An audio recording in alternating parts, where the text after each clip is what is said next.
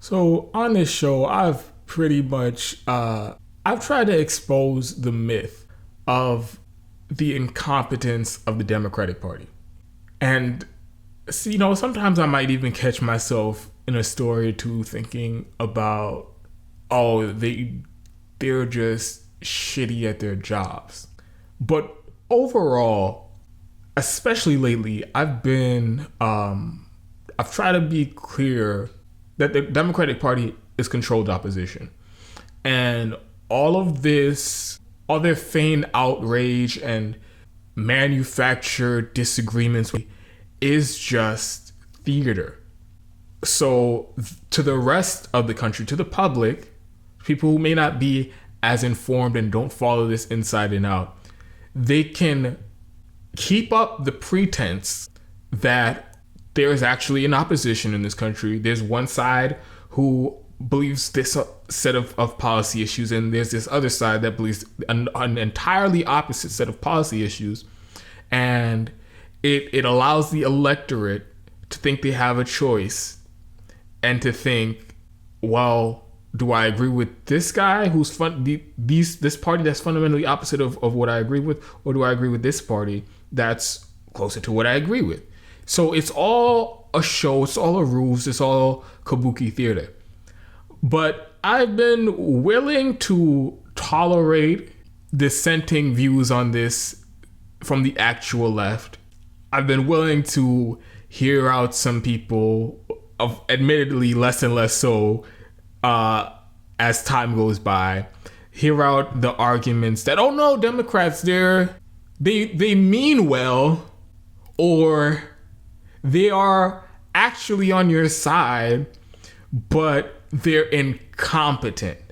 And you even get this from, like I said, from people on the actual left in new media, people who understand the influence of money in politics, but they still subscribe to this belief that the Democrats are the lesser evil.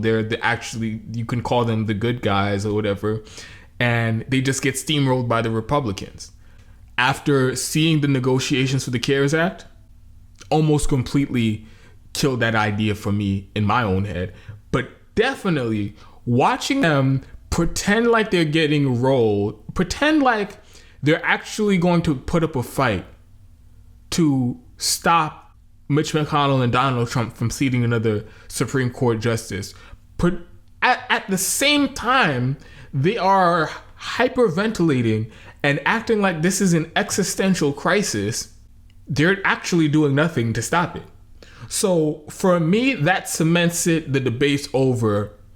I'm not having this conversation anymore about, oh, lesser of two evils, Democrats, they're, even though they are also corrupt and they never do anything that the left wants, in their heart of hearts, they actually agree with us on certain issues like the courts. They're just incompetent. That debate is done. It's over. They're just as bad as the Republicans, if not even more, because of how insidious they are and the role that they play as controlled opposition to trick the American public that we don't live in just a one-party oligarchy, plutocracy, kleptocracy.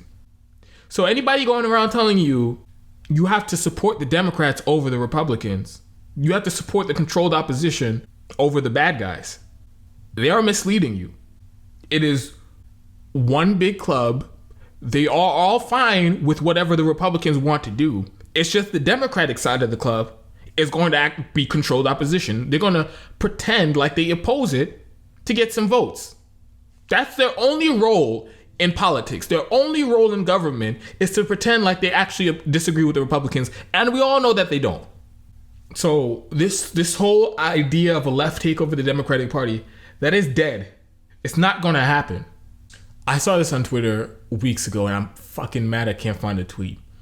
But they were basically saying that everything about the structure of the Democratic Party is fundamentally opposed to the left and opposed to to the policies that the majority of the country want and would improve their lives. the Democratic Party is just fundamentally opposed to it. From the leadership to the way they raise their money, the donors that they get their money from, the power structures in the Democratic Party, the way that they operate, everything about them is fundamentally against the left and against leftist policies. Everything about it. So the idea of, oh, we're just going to have to elect a couple politicians and somehow they're going to rework every single thing about the Democratic Party and get lefty policies implemented. That's a fool's errand. That's not going to happen. And the example they gave an analogy, and it was basically the Democratic Party is built to do one thing, and what the left is trying to do, what progressives are trying to do, is get enough influence to make them do the exact opposite, something that is the exact opposite nature of what the Democratic Party is built for. They're built to serve corporations, and they're trying to get them to do the exact opposite of that. And again, I can't remember the exact analogy, but the way that I can describe it for you guys is like this. Imagine the Democratic Party is a chainsaw, and somebody has the bright idea of trying to reconfigure it and make it a hair trimmer. No matter what you do to it, no matter how you try to work the mechanics of it, if you try to use a chainsaw to cut the hair on your body, you're going to cut off a piece of your body. If you try to shave your legs with it, you're going to cut off your legs. If you try to give yourself a haircut with it, you're going to chop off your fucking head. And that's what it is with the Democratic Party. There is no amount of voting that's going to change them. So just like the Republican Party, they are too far gone. They are beyond redemption. They are beyond reform. So, like I said, the best we can hope for right now is public pressure campaigns to force them, to shame them and force them into doing UBI, Medicare for All, and all those policies. But long term, we just need a third party. We need an entirely different party that is built and structured to serve the people. That's just the only way that it's going to work. So, Krystal Ball and Sagar and Jetty, they've been talking about this theater that the Democrats are putting on, pretending to oppose this new appointment to the Supreme Court. And in this specific video that I'm gonna show you a clip from, it's about some interview that Cory Booker did yesterday or the day before, where he comes out and says that with a straight face that he's something about, when asked what he's going to do, what the Senate Democrats are going to do to stop this nomination, he says, we're just going to continue to appeal to the honor and the good nature and the decency of Republicans, that they're going to stick to their word and they're going to honor what they said, the rule that they said about not seating a Supreme Court judge. He said this with a straight fucking face. And this is on the back of Dianne Feinstein admitting we're not going to do anything to hold this up. This is on the back of Chuck Schumer also admitting we're not going to do anything to hold this up. And same with Nancy Pelosi. So Krystal Ball and Sagar and Jetty had an interesting conversation about this on their show. I'm going to show you guys the clip and then we'll come back and I'll break it down. McConnell gets his shit together and everybody falls in line. And I guarantee you that Collins and Murkowski basically got permission to dissent because he doesn't need them. So everybody else is brought into line. They're all on the same message, all on the same talking points, and, raw power grab, like they know how to do it. And I would say that people like Cory Booker don't understand the game that they're playing, but I think they actually do.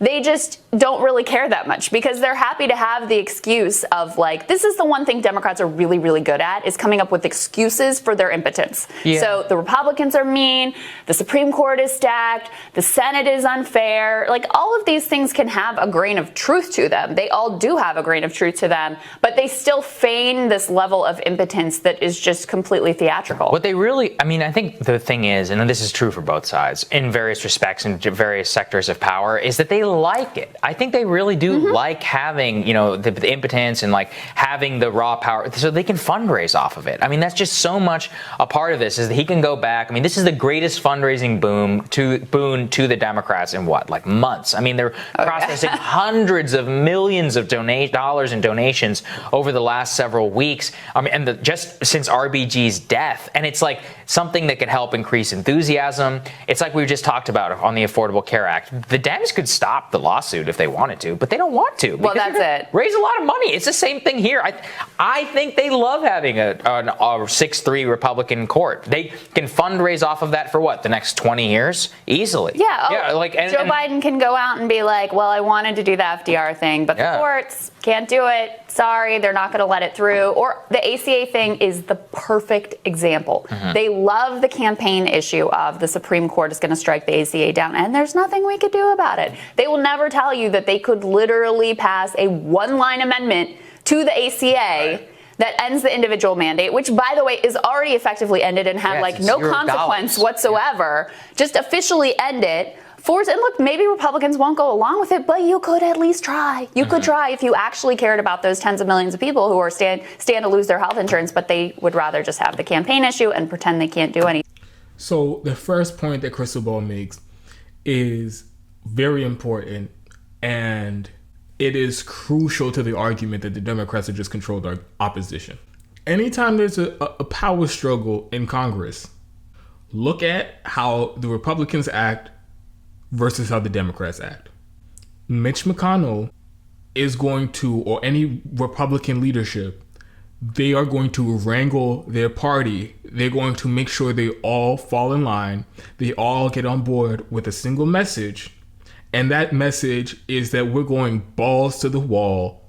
We're going to do everything and anything to get our way on this issue. They're going to pull out the stops and use every procedural trick they could think of. They're going to go out and put on a full pressure campaign in the media. They'll lie if they have to. They'll be hypocrites if they have to. They'll even break the rules. They will rewrite the rules if they have the power to do so, just so that they get their way. Compare that to the Democrats. They aren't doing anything, not a single procedural maneuver. They aren't issuing any threats.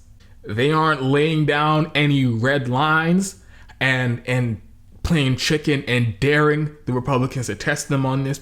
Nope.